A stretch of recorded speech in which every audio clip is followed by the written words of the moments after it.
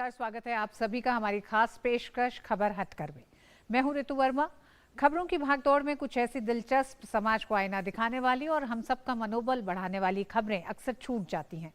इसलिए हम ये खास कार्यक्रम आपके लिए लेकर आए हैं। तो चलिए तैयार हो जाइए अगले आधे घंटे तक लीक से हटकर कुछ ऐसी ही खबरें देखने के लिए। शुरुआत करते हैं हेडलाइन से। गुजरात के सूरत शहर में एक शाम साहसियों के नाम कार्यक्रम का आयोजन। ड्यूटी के दौरान हुए हादसों में घायल हुए गुजरात के 28 कर्मचारियों और उनके परिवारों को किया गया सम्मानित।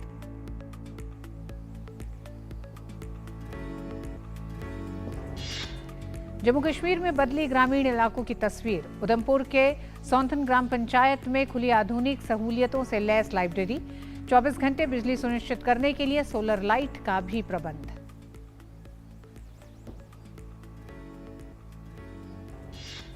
आवाज की दुनिया के जादूगर मोहम्मद रफी के एक दीवाने ने दिल्ली में बनाया अनूठा म्यूजियम। रफी की यादों से सजाई घर की दरो दीवार। रफी के गाए 6000 से ज्यादा गानों का है यहां रिकॉर्ड।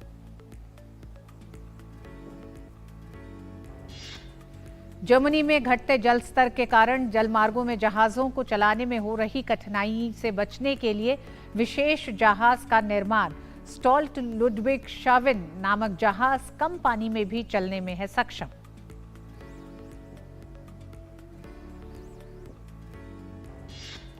कॉमेडी और हॉरर से भरपूर web series school of lies का ट्रेलर आया सामने। OTT platform Disney plus Hotstar पर 2 जून को रिलीज होगी स्कूल ऑफ लाइज।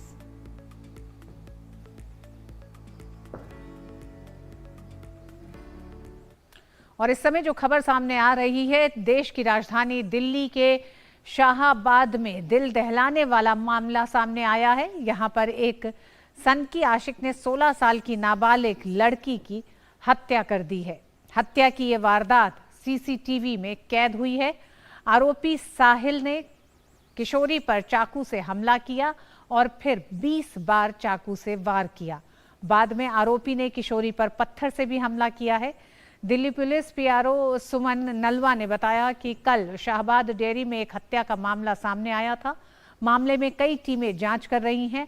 आरोपी की पहचान हो गई है और उसे जल्द गिरफ्तार किया जाएगा। और इस खबर पर और जानकारी के लिए मुकेश शुक्ला हमारे साथ फोन लाइन पर मौजूद हैं। जी मुकेश, क्या अपडेट है इस पूरी घटना पर? बिल्कुल ऋतु, ये दिल दहलाने वाली एक घटना है जो शाहबाद डेयरी में हुई है। 16 साल की इस युवती को 40 चाकू मारे गए और उसके बाद उसको पत्थर से कुचला गया। बताया जा रहा है अपनी दोस्त के साथ एक बर्थडे पार्टी में जा रही थी और जिस वक्त उसकी हत्या की गई उस इलाके में कुछ लोग मौजूद थे, लेकिन उसका जो आशिक था वो इतना सरफिरा था कि उसको किसी के डर की या किसी चीज की कोई परवाह नहीं थी और उसने दनादन उस लड़की को चाकुओं से गोद डाला और उसके बाद उस पर पत्थर से अनगिनत वार करके उसकी हत्या कर दी। साहिल नाम का ये व्यक्ति बताया जा रहा है और इस समय वो फरार चल रहा है। पीआरओ सुमन नरवाल ने बताया कि इस आरोपी की तलाश कर ली गई क्योंकि ये सारा मामला सीसीटीवी में कैद है और जल्द ही उसकी गिरफ्तारी की जाएगी। लेकिन कहीं ना कहीं एक बार फिर से लड़कियों की सुरक्षा को लेकर के सवालिया निशान खड़े हो गए हैं, क्योंकि प्रदेश में जिस तरह से केजरीवाल की सरकार है उसमें उन्होंने दावा किया था कि यहाँ लड़कियां महफूज हैं, हर जगह उनको पूरी सुरक्षा दी जाएगी, लेकिन कहीं ना कहीं ये पोल खुलती दिखाई दे रही है। इससे पहले कंझावला में भी इसी तरह का मामला आया था जिसमें सभी ने देखा था नए साल के अगले दिन एक लड़की को कितनी बेरहमी से रोड रेज में रगड़ते हुए 5 से 6 लोग गाड़ी में लेकर के निकल जाते हैं। तो ऐसे कहीं ना कहीं ये आए दिन ये दर्दनाक हादसे जो है वो सामने आ रहे हैं। बेदर्दी से इस लड़की की जो हत्या की गई है, निर्मम हत्या की गई है, वो कहीं ना कहीं सुरक्षा पर सवालिया निशान खड़े करते हैं और दिल्ली पुलिस को भी अब कहीं ना कहीं इसको कहीं ना कहीं अपने कंसर्न में रखना होगा कि महिलाओं को सुरक्षित कैसे किया जाए। छोटी सी उम्र में ये लड़कियां ऐसे सरफिरों का शिकार होती जा रही हैं। ये कहीं ना कहीं एक बड़ी चेतावनी है दिल्ली पुलिस के लिए और प्रदेश की सरकार के लिए। मुकेश, ये घटना किस समय की है? क्योंकि जब आप कह रहे हैं कि इतनी देर तक उस लड़के ने, साहिल ने इस बालिका को इतने चाकू मारे हैं, तो क्या आसपास लोग नहीं थे? और क्यों पुलिस को भी इतना लंबा समय लग गया जब सीसीटीवी में उसका चेहरा भी दिखाई दे गया है?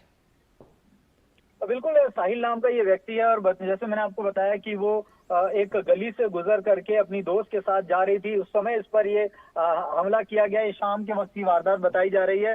जिस समय वो अपने एक दोस्त के साथ पार्टी में जा रही थी, जन्मदिन में शामिल होने के लिए। उस समय इस लड़के ने उसको ट्रैप किया और उसके बाद इस पर अनगिनत वार किए गए। और ये एक अकेला हादसा नहीं है ऋतु, अक्सर देखा जाता है इस तरह के सरफिरों द्वारा जो ये इस तरह के वारदातों को अंजाम दिया जाता है। पुलिस इसको निश्चित तौर पर सीसीटीवी आने के बाद इसकी पहचान कर रही है। इसको ट्रैक करने के लिए इसके घर पे छापेमारी की गई है। इसके रिश्तेदार, दोस्तों, तमाम ऐसे लोगों को उठाया भी गया है और उनसे पूछताछ की जा रही है इसके बाबत कि साहिल कहां पर छुपा हुआ है, उसके बारे में कोई क्लू मिले। लेकिन वो इंश्योर कर रही है कि जल्द से जल्द इस अपराधी को गिरफ्त में ले लिया जाएगा। और आज की जो सर्विलांस है पुलिस की, उनके पास वो तमाम चीजें होती हैं। बहुत ज्यादा दूर या बहुत ज्यादा आगे तक ये लड़का भाग नहीं सकता। रविवार का ये हादसा है। निश्चित तौर पर उस समय उसने वारदात को जब अंजाम दिया, गली में कई सारे लोग उस समय खड़े थे। लेकिन आपको बता दूं, जब हाथ में वेपन होता है या कुछ ऐसा व्यक्ति होता है और जो इतना सरफरा होता है, बुराड़ी में भी ऐसा पिछले साल एक हादसा होता है जब एक लड़की स्कूल से आ रही थी और सरफरे आशिक ने उसको इसी तरह चाकुओं से गोद कर हत्या कर दी गई थी। वो दिन दहाड़ा एक हादसा था। इसके बाद ये दूसरा हादसा। कहीं ना कहीं पब्लिक भी कोशिश तो करना चाहती है, लेकिन वो मजबूर दिखाई देती है। थोड़ी सी हिम्मत जुटाती है तो शायद उसकी कुछ मदद कर पाती है। लेकिन जिस तरह से वारदात करने का सिलसिला है, आसानी से इनको वेपन कहाँ से मिल जाते हैं, चाकू कहाँ से मिल जाते हैं, गोलियां कहाँ से मिल जाती है, इस पर भी पूरी की पूरी जांच होनी चाहिए कि वो कौन से सप्लायर हैं जो लगातार इन चीजों को मार्केट में सप्लाई करते हैं और वो लेकर के कहाँ से आते हैं। ये तमाम चीजें नोटिसेबल होनी चाहिए। जी मुकेश, ये जो लड़का है साहिल, ये क्या करता है और इसके साथ क्या और भी लोग थे जिस समय ये पूरी घटना हुई है? क्या पुलिस ने उन लोगों की धरपकड़ की है? क्या उसके घर वालों को अभी तक पकड़ा है ताकि उस पर शिकंजा कसा जा सके? नहीं, बिल्कुल साहिल के साथ उस समय तो कोई और आरोपी नहीं बताया जा सकता, क्योंकि वो अकेला था। उस समय वो गली में आराम से इधर उधर घूम रहा था और उसको उस लड़की के आने का इंतजार था। जैसे ही ये लड़की उसके सामने पहुंचती है, वो उसको रोकता है, ट्रैप करता है और उसके बाद उन दोनों के बीच में बात होती है, कहासुनी होती है। और इस बीच में वो चाकुओं से निकाल करके उस पर अनगिनत वार कर देता है और उसको इस तरह से बिल्कुल ट्रैप किया जाता है। पता ही नहीं लगता कि पब्लिक वहां खड़ी होती है। जब चिल्लाने की आवाजें सुनाई देती हैं तो वो तब तक उस पर अनगिनत वार कर चुका होता है, लड़की को बेहाल कर चुका होता है। और जो इसके ठिकाने हैं उनमें से कुछ लोगों को बताया जा रहा है कि उनसे भी पूछताछ कर रही है। लड़की की जो दोस्त है, उनके घर में भी पूछताछ की जा रही है कि कहां से उसको ये क्लू मिला कि लड़की इस समय इस रास्ते से गुजरेगी। क्योंकि ये पूरी की पूरी ट्रैपिंग होती है, आदमी को पूरा खबर होती है, पक्का जानकारी होती है कि इस रास्ते से वो गुजरेगी, इस समय वो गुजरेगी। तभी उसने उसकी ट्रैपिंग करी, उसका पीछा किया और वहां पर उसको उसने मौत के घाट उतारा। तो ये कहीं ना कहीं एक सवालिया निशान। और जितने भी उसके रिश्तेदार हैं, दोस्त हैं, निश्चित तौर पर उस समय जितने भी कॉल्स होंगे उनको उन पर सर्विलांस किया जाएगा। किस उस टावर से उन सब कॉल्स की कनेक्टिविटी ली जाएगी कि किस उस दौरान किस नंबर पर सबसे ज्यादा कॉल हुई, क्या अपराधी किसी के टच में था लगातार। तो जब गिरफ्तार होगा तो ये तमाम चीजें निकल करके आएंगी। सीडीआर डिटेल निकाली जाएगी उसके नंबर की कि क्या उस नंबर पर लगातार कौन से लोग थे जो उस दौरान उस पर्टिकुलर घंटे में उसके साथ जुड़े हुए थे, किन किन के संपर्क में था। तो ये इन्वेस्टिगेशन का पार्ट है। लेकिन सबसे जरूरी है, जिस तरह से पीआरओ ने बताया, कि इसकी धरपकड़ करना, साहिल को सलाखों के पीछे पहुंचाना और जल्दी से जल्दी इस पीड़िता को, जिसकी हत्या हुई है, उसके परिवार को न्याय दिलाया जाए। साहिल की गिरफ्तारी के लिए 6 टीमों को भी गठित किया गया है और दिल्ली पुलिस ने बताया कि आरोपी की पहचान हो गई है और उसे जल्द गिरफ्तार किया जाएगा। आरोपी युवक की पहचान साहिल पुत्र सरफराज के रूप में हुई है। आरोपी की गिरफ्तारी के लिए 6 टीमें गठित की गई हैं। शुरुआती जानकारी मिली है कि आरोपी साहिल और लड़की के बीच कहासुनी हुई थी। इसके बाद आरोपी साहिल लड़की को गली में रोक लेता है। कुछ ही सेकंड बाद आरोपी साहिल लड़की पर ताबड़तोड़ चाकू से हमला करना शुरू कर देता है। जैसे जब अक्यूज अरेस्ट हो जाएगा उसके बाद we will let you know कि क्या होगा। अभी डिटेल्स हम लोग डाइवर्ज नहीं कर सकते। अभी हम लोग को जब तक वो मिलेगा नहीं तब तक हमें सारी डिटेल्स पता नहीं चलेगी। टीम उसके लिए गई हुई है। जैसे ही वो पकड़ में आता है आगे की कार्रवाई की। He is not arrested, till he is not arrested we will not have all the details and till then it is premature to comment on anything. I don't want to comment on anything. First our investigation has to be completed. We should have all the facts which should be cross verified. तो Shadab dairy के इस पूरी घटना को अंजाम जिस लड़के ने दिया है उसका नाम साहिल है और साहिल को एक तरह से उसकी धरपकड़ के लिए दिल्ली पुलिस ने 6 टीमें गठित की हैं। आइए अब लौटते हैं खबर हटकर में। सबसे पहले शुरुआत करेंगे खबर आपके शहर और आपके गांव की।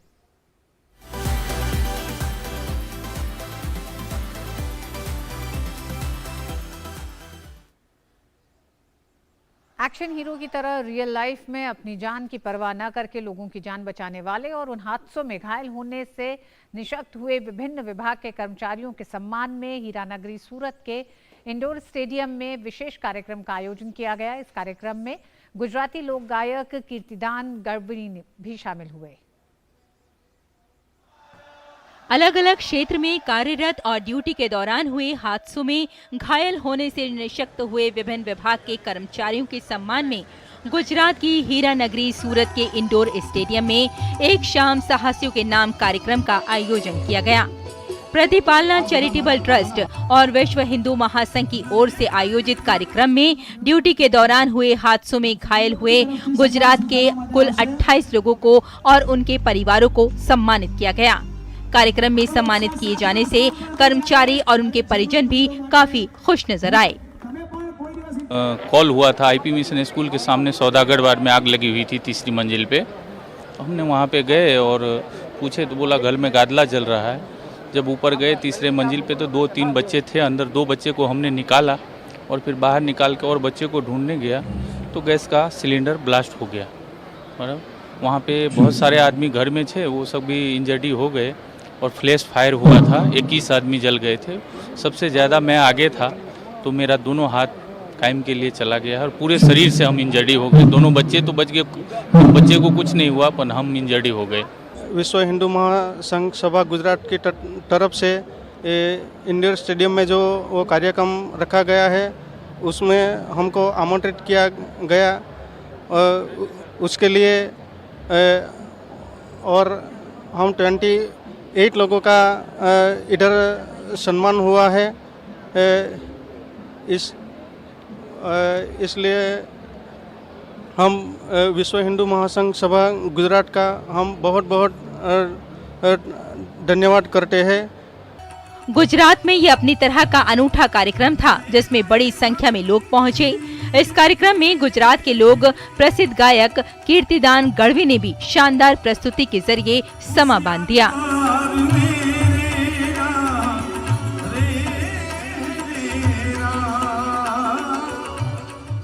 एक शाम साहसियों के नाम जिन बहादुर युवाओं ने अपनी गवर्नमेंट के लिए हमारे लिए अपनी जॉब में जान गंवाई है, जॉब करते करते जिन्होंने प्राण गंवाए उनको याद करके उनका सम्मान करना, उनको श्रद्धांजलि देना, मतलब एक शाम साहसियों के नाम करके कार्यक्रम इंडोर स्टेडियम में रखा गया। आयोजकों के अनुसार हमारे जीवन को आसान बनाने में विभिन्न विभागों में सेवारत कर्मचारियों का बड़ा योगदान है। बॉर्डर पर जवान हमारी और देश की रक्षा करते हैं, उसी तरफ दमकल कर्मी, बिजली कंपनी के कर्मी, पुलिस कर्मी अपनी जान जोखिम में डालकर अपनी ड्यूटी निभाते हैं। आग लगने पर हम जहां दूर भागते हैं तब दमकल कर्मी आग के अंदर जाते हैं और ऐसे में कई बार वो हादसों का शिकार हो जाते हैं। ये समाज के सच्चे हीरोज हैं। बीते कुछ सालों में ऑन ड्यूटी हादसों में घायल होने से जो निशक्त हो चुके हैं, ऐसे साहसियों को सम्मान देना समाज का कर्तव्य है। इसी कर्तव्य को ध्यान में रखते हुए 28 लोगों को सम्मानित किया गया। सम्मान के साथ उन्हें आर्थिक सहायता अर्पित की गई। आज एक उन सब साहसी लोगों के लिए सम्मान का एक समारोह रखा गया था और हमें बता के बहुत अच्छा लग रहा है कि आज ये सभी लोगों को जो सम्मान के लायक थे, हमको लगा इनको सम्मान देना चाहिए। और वैसे देखा जाए कि इनके जो कामकाज जो लोग करते थे हमारे लिए ही करते थे और इनकी फीलिंग्स को देख करके आज इतना अच्छा लग रहा है कि कम से कम हमें हर लोगों को अब कुछ न कुछ इन लोगों के लिए करना चाहिए। ये सम्मान का उद्देश्य एक ही था। हम वैसे छोटे छोटे लोगों का सम्मान हम लोग हमारे तौर पर हम करते थे, लेकिन हमें ऐसा लगा कि ये लोग वाकई में एज अ स्टेज पे भी आने लायक है। इनकी नीड्स को हम पूरी करते हैं, हम सोचते हैं हम बहुत कुछ काम कर लेते हैं, लेकिन क्या ऐसा नहीं लगता हम सबको कि बाकायदा जो फायर फाइटर है वो क्यों जा रहा है। आज हमारे जैसे लोगों के लिए आग में झाँक बचाता है, हमारे फैमिली को बचाता है, तो क्या उनका सम्मान नहीं देना चाहिए हमें? तो हम लोगों को लगा एक ऐसा काम किया जाए जिससे समाज लोगों को सबको मैसेज जाए कि इन लोगों का भी सम्मान के लायक है और इन लोगों को सम्मान करना चाहिए। इस तरह के कार्यक्रम से जहां जनसेवा में लगे लोगों को हौसला मिलता है, वहीं अन्य लोगों को इस तरह के कामों में आगे आने की प्रेरणा मिलती है। Bureau report, DD news. और वक्त है बदलती हुई तस्वीर देखने का।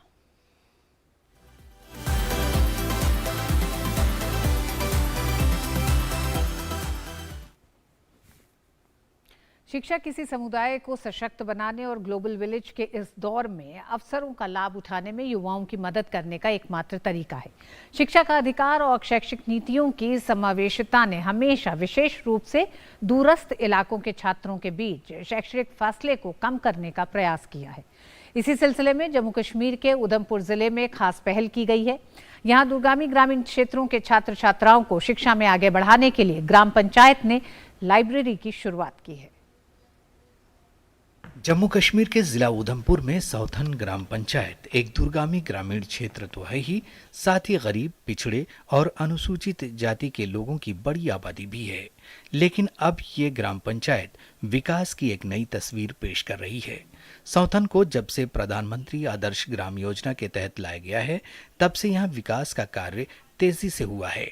इसी दिशा में अब एक और कदम आगे बढ़ते हुए यहाँ के पंचायत घर में एक पुस्तकालय स्थापित किया गया है।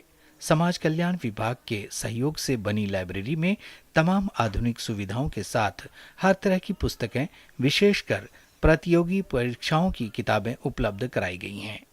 इस पहल से स्थानीय स्टूडेंट्स, खासकर छात्राओं में बड़ा उत्साह है, जिन्हें अब महंगी किताबों की खरीदारी और पढ़ाई के लिए शहर जाने से निजात मिल गई है। पंचायत घर से ये फैसिलिटी मिली है कि हमारे यहाँ एक लाइब्रेरी खुली हुई है। इसमें हमें कहीं भी जब हमारा कहीं एग्ज़ाम होता था, कोई कम्पिटिटिव एग्ज़ाम होता था, जैसे यूपीएससी का एग्ज़ाम होता था, हमें बाहर जाना पड़ता था, उधर सिटी में जाना पड़ता था बुक्स लेने के लिए, या लाइब्रेरी जाना पड़ता था सिटी में पढ़ने के लिए। इसका हमें ये फ़ायदा है कि हमारे घर के पास लाइब्रेरी खुली है। और मैं दिल से शुक्रिया अदा करना चाहती हूँ प्राइम मिनिस्टर नरेंद्र मोदी का कि उन्होंने हमें हमारे गाँव में फैसिलिटीज़ प्रोवाइड की। और दिल से शुक्रिया अदा करना चाहती हूँ अपने सरपंच का कि उन्होंने हमें हमारे गाँव में ही लाइब्रेरी खोल के दी। प्रधानमंत्री जी का धन्यवाद करते हैं कि हमारे पंचायत घर में लाइब्रेरी खुली और सारे बच्चे इधर पढ़ने आएंगे और पढ़ेंगे और नाम रोशन करेंगे। हमें दुकान में जाना पड़ता था और महंगी महंगी बुकें आती थी और हमें लाइब्रेरी में पढ़ने आना पड़ता है। फर्स्टली मैं अपने ये प्रधानमंत्री का धन्यवाद करना चाहती हूँ कि जिन्होंने हमारे यहाँ पे हम लाइब्रेरी खोली हुई है। हमारे यहाँ के लोग बहुत से गरीब लोग हैं कि जो वो अपने बच्चों को अच्छी फैसिलिटीज़ प्रोवाइड नहीं कर सकते, अपनी गुड फैसिलिटीज़ प्रोवाइड नहीं कर सकते फॉर स्टडीज़ के लिए। तो काफ़ी सारे ऐसे बच्चे होते हैं कि जो इनकी जो बीपीएल से बिलोंग करते हैं और वो कुछ ऐसी फैमिलीज़ होती है जो अपने बच्चों को हायर एजुकेशन नहीं प्रोवाइड कर सकते हैं। हमारी जो पंचायत सोनता है, यहाँ पे अच्छी लाइब्रेरी खुली है। यहाँ पे हर चीज़ की, हर टाइप की बुक्स जो है वो प्रोवाइड की जाती हैं। अगर किसी बच्चे को यूपीएससी का एग्ज़ाम क्रैक करना हो या फिर कोई भी हायर लेवल के कॉम्पिटिटिव एग्जाम्स देने हो, तो यहाँ पे हर चीज़ की बुक्स जो है प्रोवाइड की जा रही है। ये स्वच्छ और सुसज्जित पुस्तकालय छात्रों के लिए सीखने के माहौल को बढ़ाने के लिए आधुनिक सुविधाओं से लैस है। कुर्सी, मेज और पढ़ाई के लिए आवश्यक अन्य सामग्री के साथ ही लाइब्रेरी में 24 घंटे बिजली को सुनिश्चित करने के लिए सोलर लाइट का भी प्रबंध किया गया है, ताकि आसपास के छात्रों को शहर जैसी सहूलत मिल सके। आज हम बहुत ही खुश हैं। जैसे ही हमारा गांव प्रधानमंत्री आदर्श ग्राम योजना में माननीय प्रधानमंत्री जी ने गोद लिया, तो हमें लगा कि हम कुछ यूनिक चीज़ें बनाएं जिससे पंचायत को फ़ायदा हो। तो उससे हमने सोशल वेलफेयर डिपार्टमेंट के साथ मिलके हमने प्लानिंग की, जिसमें हमने लाइब्रेरी, एजुकेशन को बढ़ावा देते हुए लाइब्रेरी और एक स्मार्ट क्लास पंचायत में लगाई है, जिससे हमारे जो बीपीएल लोग हैं या एससी पॉपुलेशन के जो लोग हैं उनको पूरा होल पंचायत को लगभग पूरा फ़ायदा होगा इसका। आज जहां मैं बच्चों का उत्साह देके इतना खुश हुआ कि बच्चे खुश थे कि हमारी पढ़ाई, जो हम बाहर जाते हैं हमें पढ़ाई करने के लिए पंचायत में सब कुछ मिलेगा। सौथन ग्राम पंचायत में इस लाइब्रेरी। और आइए देखते हैं धरती कहे पुकार के में क्या नया है।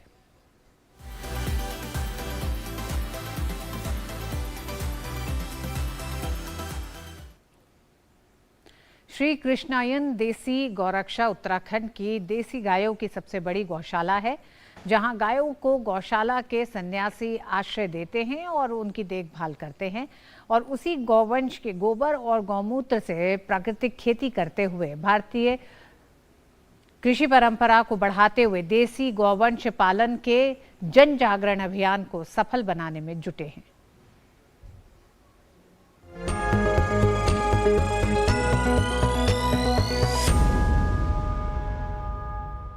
आइए हम आपको लिए चलते हैं हरिद्वार के इस पीली पड़ाव क्षेत्र में, जहां पर कृष्णायन देसी गौ रक्षाशाला के सन्यासी यहाँ पर 25 से 30 एकड़ की इस ऑर्गेनिक खेती में ऑर्गेनिक सब्जियां उगाते हैं और कैसे उन सब्जियों का उपयोग वो आसपास के क्षेत्रों में बांटने का भी और इंस्पायर करने की भी कोशिश करते हैं। प्राचीन काल से ही हमारा देश, हमारी भूमि, धरती, मनुष्यत्व को विकसित करने का जो कार्य किया है वो ऋषियों ने किया है।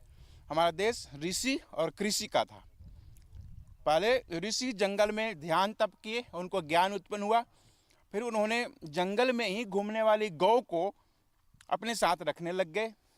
गाय को रख करके उन्होंने जो दूध उत्पादन हुआ और उसमें से पंचगव्य का उत्पादन हुआ, उससे खाद का निर्माण किया और जो हमारे भूमि में उत्पन्न होता था उससे उर्वरा शक्ति बढ़ने लगा। तो वहीं से ज्ञान और विज्ञान दोनों, संत साधना करके ज्ञान और विज्ञान दोनों का उन्होंने विकास किया और फिर हमारे राष्ट्र को समृद्ध बनाया।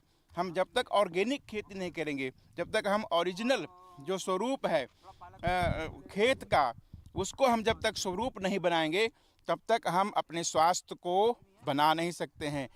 इस ऑर्गेनिक फार्मिंग में सहयोग देने के लिए अग्नि अखाड़े के सचिव स्वामी साधनानंद जी हमारे साथ हैं और वो हमें ये बता रहे हैं कि किस किस तरह की यहाँ पर खेती की जाती है और क्या क्या प्रोडक्ट्स यहाँ पर उगाए जाते हैं, इसकी उपयोगिता और इसके शरीर में हमारे फ़ायदे क्या क्या हैं। स्वामी जी आप बताएं। आपने बताया पहले पालक के बारे में और भी विभिन्न चीज़ों के बारे में बताया, मटर के बारे में, अब ये बताइए क्या है। अब अभी जो मैं बता रहा हूँ आपको, ये देखिए धनिया है। धनिया हमारे शरीर के लिए, इसको किसी भी सब्जी में आप डाल दें, यानी आप कह सकते हैं कि शरीर और मन के विकास से हमारा आध्यात्मिक विकास होता है। तो जैसा हम खाएंगे, जैसा भोजन ग्रहण करेंगे, हमारा मन वैसे ही विकास करेगा और उस जैसे हमारा मन विकास करेगा, हमारे आध्यात्मिक ऊर्जा का बढ़ोतरी शुरू होता है हमारे शरीर के अंदर। ये गोभी है, गोभी, और ये अभी कुछ ही दिन पहले इसको लगाए हैं और ये थोड़े दिन में ही इसका ग्रोथ देखिए बड़ा हो गया है और धीरे धीरे ये आकार ले लेगा। गोभी अपने स्वरूप में आ जाएगा और गोभी भी आप जानते हैं कि उसमें भी हरी सब्जी जो है, हरी पत्तीदार होती है, फूलदार होते हैं, दोनों प्रकार के गोभी हैं। और ये जो है ये सरसों है, राई जिसको हम लोग कहते हैं, इसका फूल है, ये सारे पत्ते हैं और बहुत तेज़ी से जब हम ऑर्गेनिक खेती करते हैं तो बहुत तीव्र गति से आगे बढ़ने लगता है। काला मिट्टी क्यों है इसके अंदर? हाँ, यही ऑर्गेनिक है।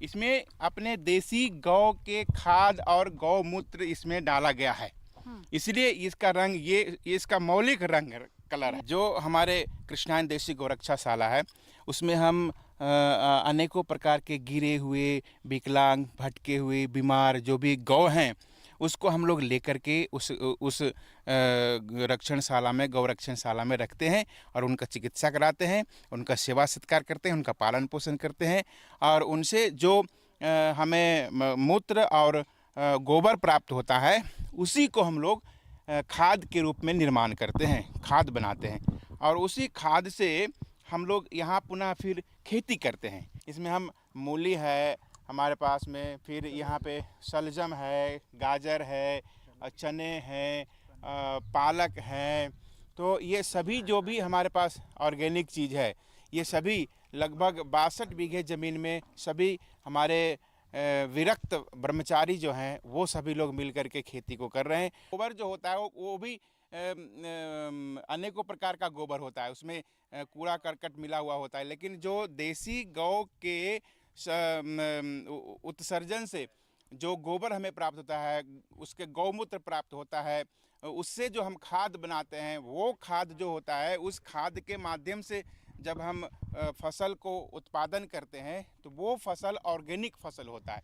तो ये औषधि का काम करता है, मात्र वो फसल नहीं होता है बल्कि हमारे लिए वो औषधि हो जाता है। पीले पड़ाव के इस ऑर्गेनिक फार्मिंग के इस मचान के ऊपर से मैं आपको दिखा रही हूँ, ये डीडी न्यूज़ का एक्सक्लूसिव कवरेज है कि देसी गौरक्षाशाला कृष्णायन के सन्यासी यहाँ पर कितनी कड़ी मेहनत के साथ, कितनी लगन के साथ इस ऑर्गेनिक खेती को संभाले हुए हैं, इस समाज की सुरक्षा के लिए, देश की सुरक्षा के लिए, यहाँ की संस्कृति और सिविलाइजेशंस को जिंदा रखने के लिए। कैमरा पर्सन हरीश के साथ किरण शाह, डीडी न्यूज़ हरिद्वार। खबर अटकर में आज बस इतना ही। डीडी न्यूज़ पे खबरें जारी रहेंगी। नमस्कार।